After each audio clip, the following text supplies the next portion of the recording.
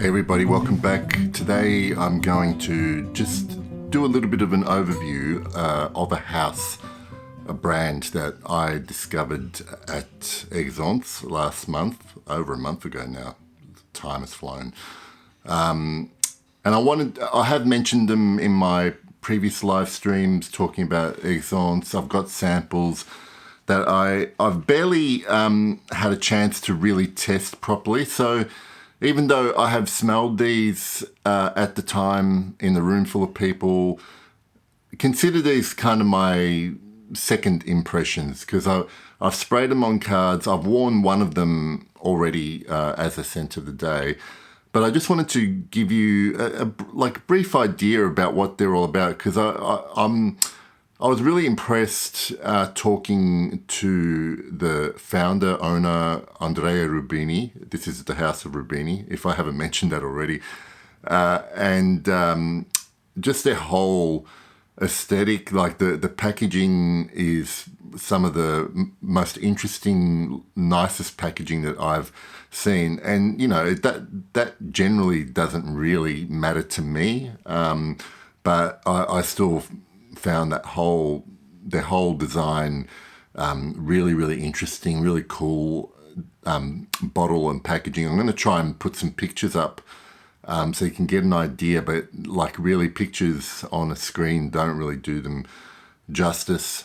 What I do also like about this brand is that when they first launched, they launched with one perfume and they've only done a release, as far as I can tell, every couple of years. So the first one was released 2015, then 2018 was the second one, 2020 was the third one, and they're about to release their fourth perfume. So I kind of like that they take their time with these releases. They use the same perfumer, Cristiano Canali, who's a freelance perfumer, but he's done all four of these scents for Rubini, the House of Rubini Profumi.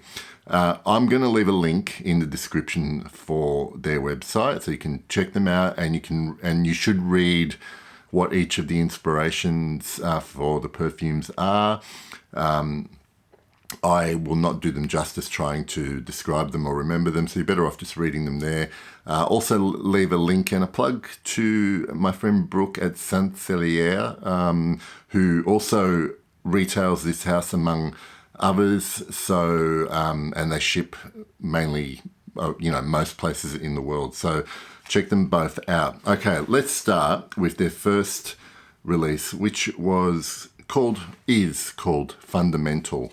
From what I remember reading the blurb on the website, this is essentially a homage to the Rubini family's history in being involved with perfume. I believe back in the 30s, the Rubini family had a perfume shop in Verona, in Italy.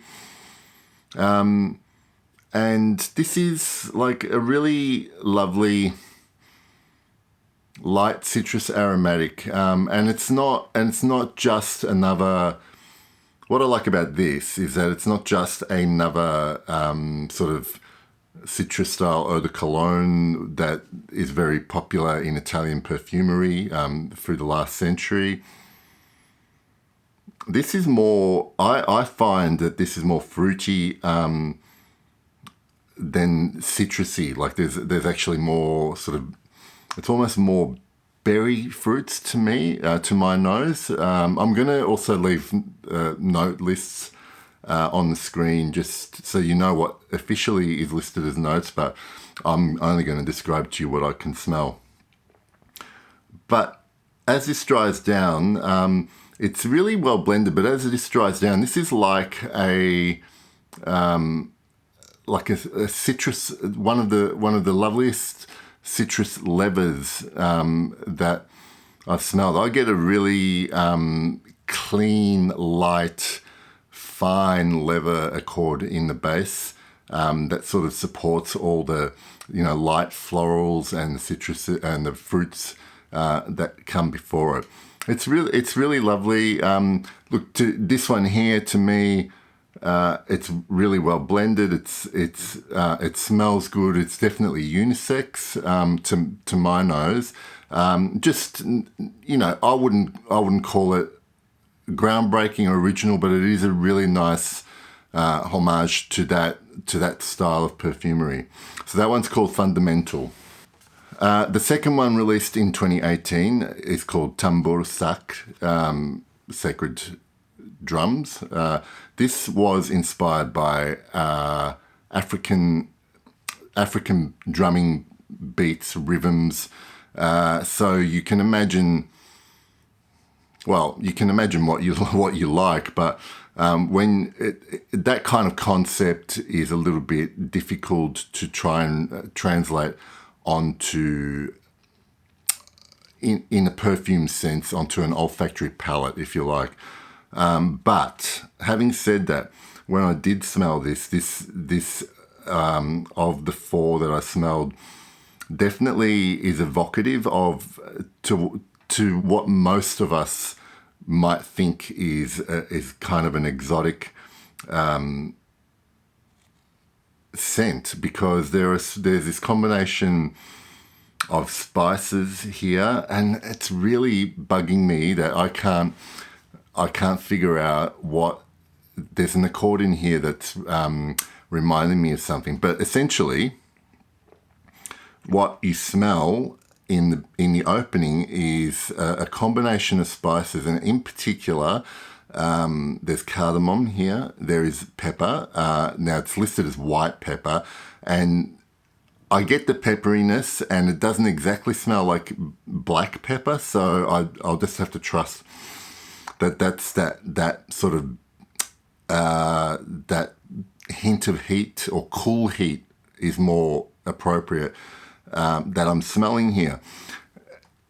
I feel like that, and it might not be listed, I feel like that there might be some kind of clove element. Like there's what I'm smelling, what I'm reminded of are elements of the opening of Serge Noir from Serge Lutin.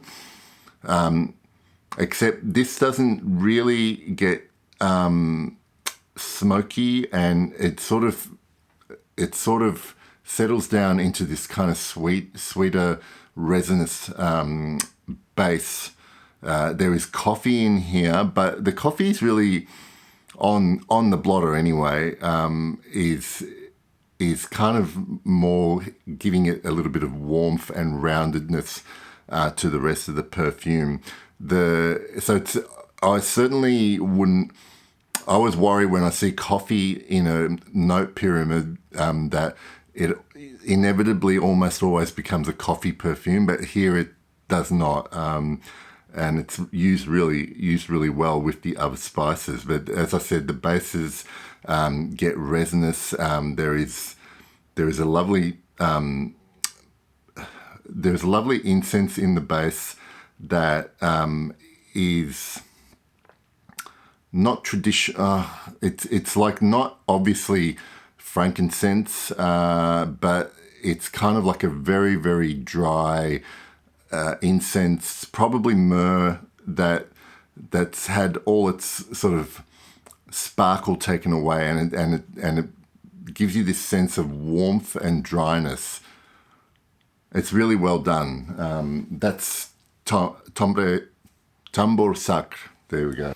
Now, this third one, released in 2020, is, I'm unashamedly going to say it, my very favourite of the four Rubini perfumes. This one's called Nouvellari. I believe it's named after a famous Italian race driver from early 20th century.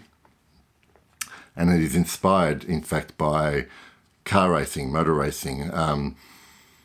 As you start to see the listed notes, you'll notice one of them predominantly is gasoline, there is motor oil, there is asphalt, and somehow you might think that something like this could be too much to wear, but even though I smell all of those things, the way it's blended just makes this one really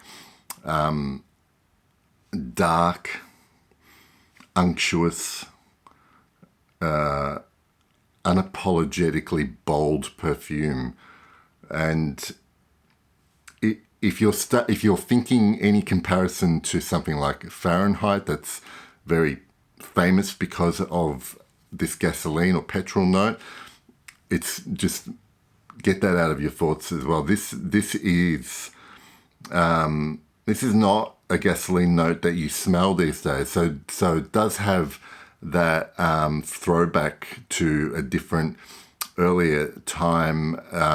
To me, what makes this is that the oiliness of this, like I am literally getting the feeling of oil spills on hot asphalt. And it doesn't get smoky either. And all of that underneath that is like a leather trim off an old race car. Like it's literally what they set out to achieve. But the genius of this perfume is that it's been blended in a way that it's completely wearable to my nose. And it just smells really, really good to me. That's Nouvellari by Rubini. The last one I'm going to talk about has not, at the time I'm recording this, actually been released yet. It is being released in time for the Northern Hemisphere summer season. This is called Eau de Nature. Eau de Nature, yep. Listed notes, I think there's only 3. I think there's chamomile, forest fruits, and green notes, perhaps. I definitely get a chamomile note here, but what I smell, my mind basically conjures up the smell of chamomile, and for some reason I get some like aquatic vibe with the chamomile, so almost an aquatic chamomile. But when I talk about aquatic, it's not even so much marine or seawater. It's coastal mist mixing with a field of chamomiles, if that makes any sense. I'm not picking up a lot of the fruit that's supposedly part of the pyramid here, to be honest, or I'm not recognizing anything like the forest fruits that are named. In fact, I wouldn't personally describe anything about this as fruity. It's very airy, aromatic, breezy, hints of green, but in that chamomile greeny yellow sort of tinge. And again, and just that brace, that refreshing spray of sea mist, I guess. So it's a really lovely one as well. Eau de Nature. For me, the standout is Nouvellari, but the house itself, the brand itself, all 4 perfumes are good. And obviously one I really like. So there's not a weak perfume in this lineup. I like that they take the time. And yeah, check them out. If you can sample them, please do. And if you have tried them, let me know in the comments what you think of them and what are your favorites. That's it for me. That's the House of Rubini Profumo. And I will see you soon with another video. Bye.